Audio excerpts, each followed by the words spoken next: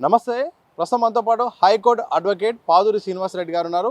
ఏదైతే ధర్మేంద్ర ప్రధాన్ రాజీనామా అంశమైతే మాత్రం దేశవ్యాప్తంగా చర్చ జరుగుతున్న సందర్భంలో వారి విశ్లేషణ తెలుసుకుందాం. కాక్రోచ్ జనతా పార్టీ పోరాటము, ప్రతిపక్షాల యొక్క గలము, సోషల్ మీడియా ఇవన్నీ కలిపితే మొత్తానికి కేంద్రం దిగి వచ్చింది. విద్యాశాఖ మంత్రిగా ధర్మేంద్ర ప్రధాన్ రాజీనామా చేయడాన్ని ఎట్లా చూస్తారు? అంటే ఇది వెరీ క్లియర్. ఇది ప్రజాస్వామ్య విజయము. ఇలా డెమోక్రసీ ప్రివేల్ అయింది మన భారతదేశంలో. ఇంకా దీన్ని ఎండ్ ఆఫ్ మోడీ ఎరాగా చూడవచ్చు.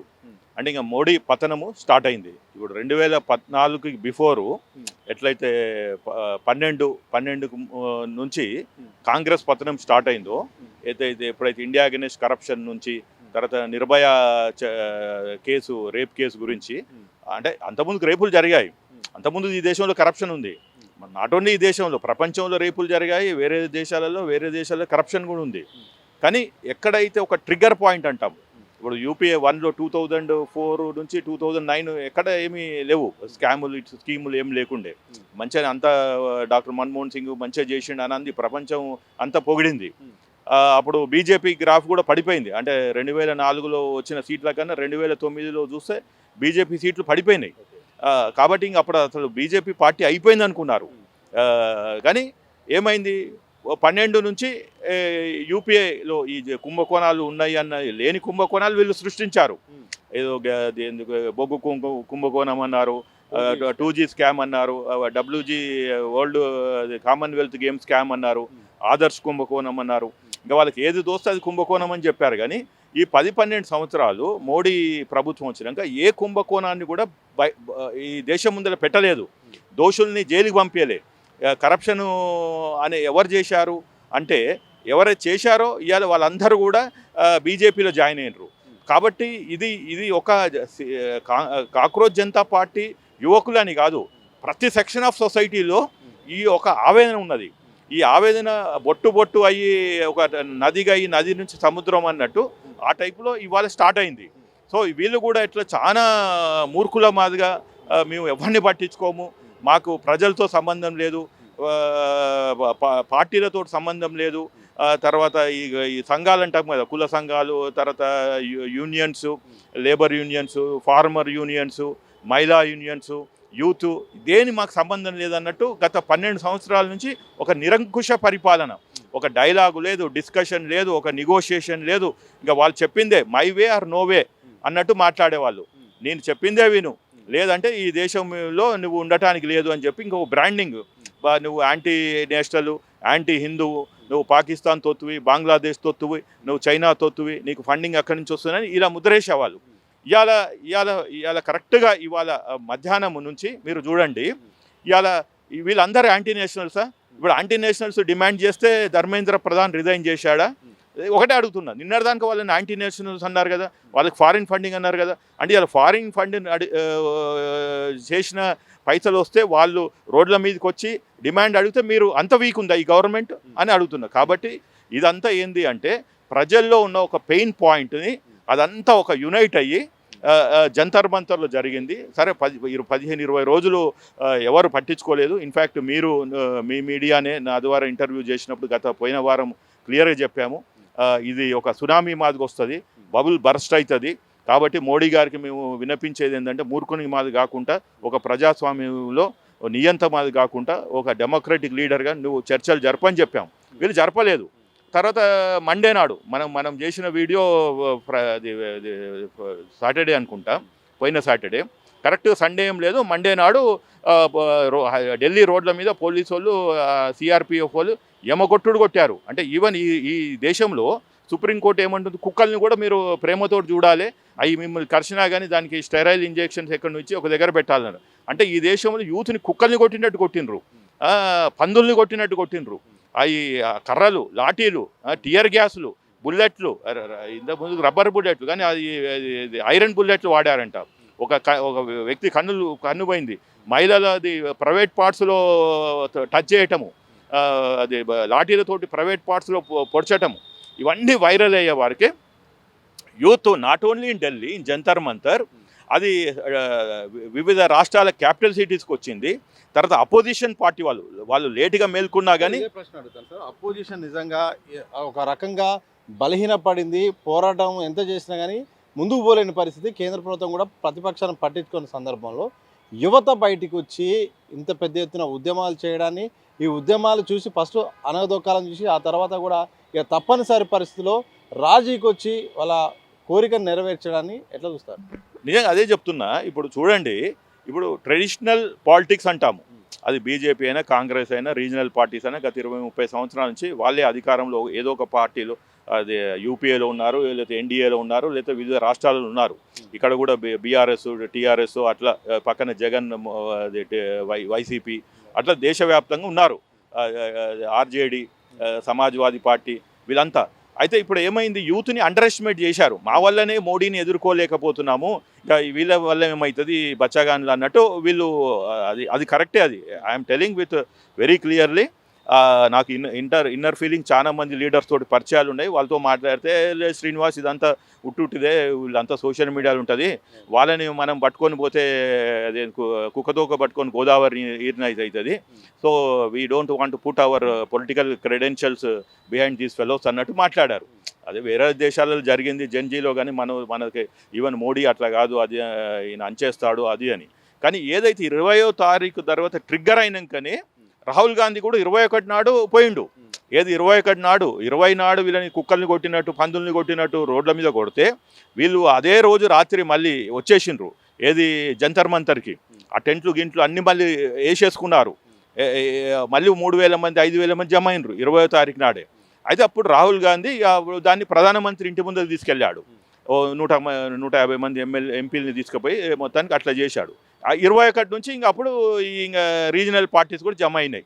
ఇక్కడ కేటీఆర్ గారైనా ఇంకా వేరే దగ్గర, ఇప్పుడు జగన్ కూడా 28 నాడు ఏదో ర్యాలీ పెడుతున్నా అన్నాడు. అట్లా ఇంక ఏమైందంటే ఇంకా అది ఒక వైల్డ్ ఫైర్ మాదిగా అడవి తగలబడితే ఎట్లా పోతుందో, కొన్ని 100,000 ఎకరాలు ఊర్లు తగలబడ్డట్టు ఇంకా వెళ్ళిపోతుంది ఇది. అప్పుడు ఈ మోడీ అమిత్ షాకు భయం పట్టుకొని రాత్రి, అంటే పొద్దుగాలు ఏం చేస్తాడో తెలియదు, ఏమన్నా మందులు వేసుకొని పడుకుంటాడా, గోళీలు వేసుకొని రోగం వచ్చినా ఏంటో తెలియదు. ఈ మధ్యాహ్నం మోడీ విజువల్స్ లేవు. అయితే మధ్యరాత్రి ఎప్పుడో ఇంకా ఇంజక్షన్లు సూదులు గిట్లు ఇచ్చి డాక్టర్లు లేపి వీడియో తీపిచ్చినట్టు. ఆ వీడియో కూడా అది ఏఐ జనరేటెడా లేకపోతే నిజమైన మోడీ చేశాడో మనకు తెలియదు. మొన్న ఒక వీడియో రిలీజ్ చేశాడు. అయితే ప్రపంచమంతా, దేశమంతా రాజీనామా చేయని ఆడ తినకుండా కూర్చుంటే నా వీడియోకి పెడితే 24 గంటల్లో 1 మిలియన్ వ్యూస్ పెరిగినాయని ఇదొక సోది చెప్పుకుంటూ కూర్చున్నారు ఈ బీజేపీ వాళ్ళు. అదేందో విచిత్రంగా, ఏమో నీకు 1,00,000 మిలియన్స్ పెరుగుతుంది, 1 మిలియన్ పెరుగుతుంది, ఎవరికి ఏం కావాలి బాబు? ఆడ నువ్వు ప్రజలను పట్టించుకోనప్పుడు నీ వ్యూస్ పెరిగితే ఏముంది అవి పెయిడ్ వ్యూస్. కాబట్టి ఈ దేశం కాకుండా విదేశాలలో ఇప్పుడు మోడీకి పోతే 30,000 మంది 50,000 మందిని పిలిచి ఆడ స్పీచ్లు ఇస్తుంటాడు కదా, వాళ్ళు మధ్యరాత్రి కూర్చొని ఈ ట్విట్టర్లు చేస్తుంటారు. So Modi is not for India prime minister, is for abroad people, NRI. వాళ్ళు చూసుకుంటున్నారు. కానీ ఇండియాలో ఉన్న సమస్యని సాల్వ్ చేయడానికి మన ప్రధానమంత్రికి 25 రోజులు పట్టింది. ఇదే క్లియర్గా చెప్తున్నా. కాబట్టి ఈరోజు ధర్మేంద్ర ప్రధాన్ రిజైన్ చేయటం తోటి ఇది ఆగదు. ఇది తర్వాత ఇప్పుడు రేపు మళ్ళీ ఇదే కాక్రోచ్ జనతా పార్టీ వాళ్ళు చెప్తారు, వాళ్ళు ఇంకా 3 డిమాండ్లు ఉన్నాయి. ఒకటి, ₹1 కోటి. ఎంతమంది చనిపోయారో తెలియదు, ప్రస్తుతానికి 18 మంది అంటున్నారు. కానీ ఇప్పుడు సూసైడ్ లిస్ట్ వస్తుంది, 21 కావచ్చు, 25 కావచ్చు, 30 కావచ్చు. సో దానికి ఒక కమిటీ వేయాలన్నా ఏంటిది, ₹1 కోటి అడగాలి. రెండో ఇంకోటి ఏంది, కేసులు ఎఫ్ఐఆర్లు పెట్టొద్దన్నారు, అది వీళ్ళది. కానీ రాహుల్ గాంధీ ఏమంటున్నాడు, ధర్మేంద్ర ప్రధాన్ రిజైన్ చేయాలి, వీళ్ళ కాంపెన్సేషన్ ఇవ్వాలి. మూడోది, బేషరతుగా ప్రధానమంత్రి మోడీ వీళ్ళకి సారీ చెప్పాలి యూత్కి అనేది. ఆ డిమాండ్ చెప్తేనేమో ఓకే. ఇంకోటి, ఇప్పుడు కొత్త డిమాండ్ ఏం స్టార్ట్ అయింది అంటే, నిన్న ఇవాళ ఇప్పుడు సుప్రీంకోర్టు కూడా రేపు మండే నాడు తీసుకుంటుంది case. And already Delhi high court పోలీసుల మీద ఇది ఎక్సెసివ్ మీరు బల ప్రదర్శన చేశారు అని దాని మీద ఒక అవుతుంది. సో ఇప్పుడు వీళ్ళు అడిగేది ఏంటంటే, బై నేమ్ చెప్తున్నారు. ఏది, ఒక డీసీపీ బై నేమ్ తివారీ, ఆయనని సస్పెండ్ చేయాలి, డిస్మిస్ చేయాలని. ఇప్పుడు ఇంకొక పిలిపేమి ఇచ్చారంటే, ఇవాళ ఈ గత ఇవాళ మధ్యాహ్నం నుంచి వీళ్ళకి ఫుడ్ రాణిస్తలేరు. అంతకుముందుకు వీళ్ళు స్విగ్గీ డెలివరీ బాయ్స్ వచ్చి ఇచ్చేవాళ్ళు, వాటర్ రాణిస్తలేరు, ఆడ వాష్రూమ్స్ క్లీన్ చేస్తలేరు, మొబైల్ టాయిలెట్స్.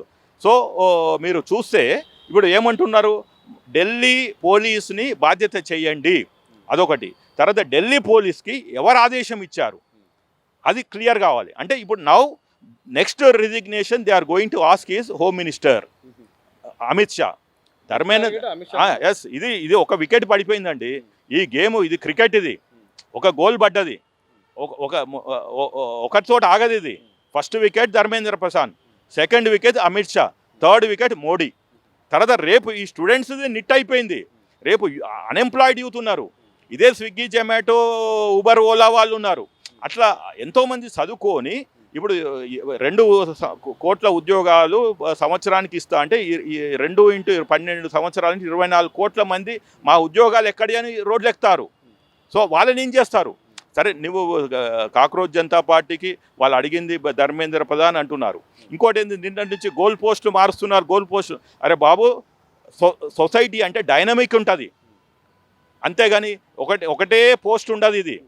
ఇదేమి మన ఫుట్బాల్ మాది కాదు, గోల్ ఒకటే ఉంటుంది కాదు. ఇది ప్రజాస్వామ్యము, రాజకీయము.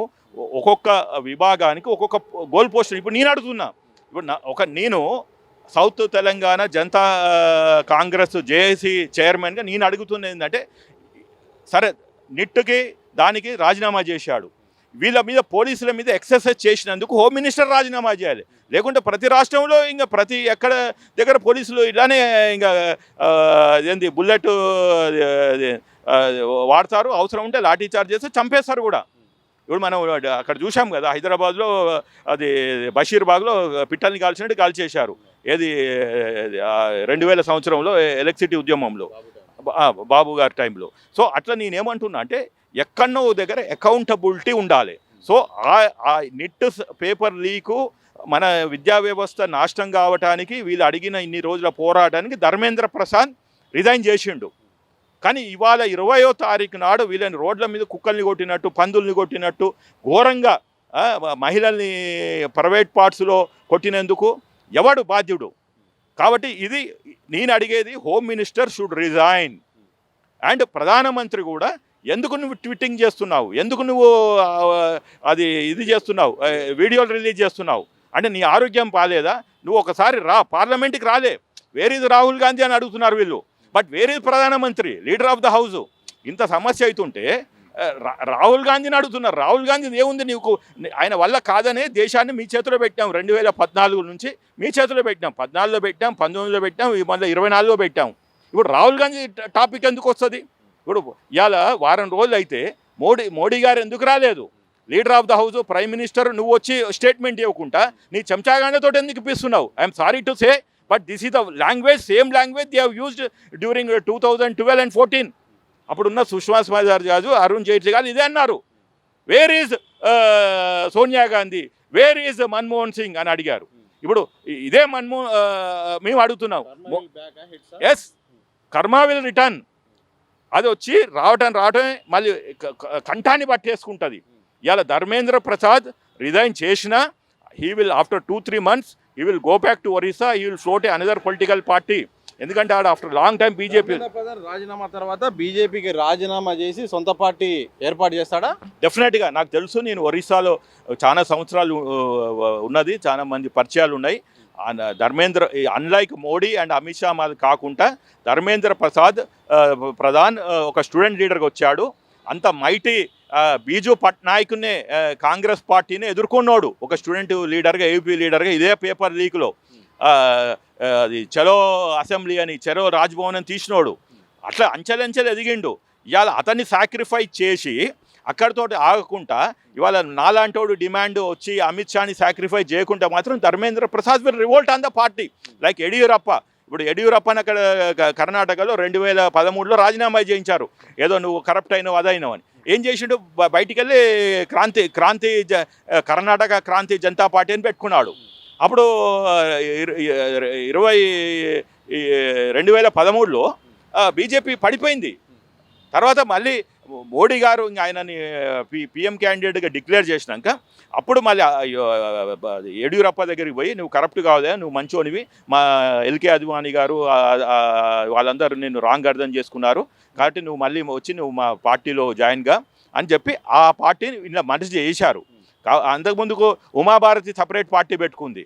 చాలా మంది అట్లా పెట్టుకున్నారు. ఇది బీజేపీ ఏమో కాంగ్రెస్ మాదిరిగానే బీజేపీలో కూడా ఎంతోమంది బయటికి వెళ్ళారు, పార్టీలు పెట్టుకున్నారు, వాళ్ళ జీవితాలు వాళ్ళు చేసుకున్నారు, కొన్నిసార్లు మళ్ళీ మర్జీ చేసుకున్నారు. ఇప్పుడు ఆమె కూడా ఉమాభారతి మళ్ళీ ఆమె నడపలేక పార్టీ మళ్ళీ 2014 ఈయన కిందనే వచ్చి union water resources minister, irrigation minister join అయింది. కాబట్టి Dharmendra Pradhan will not keep quiet.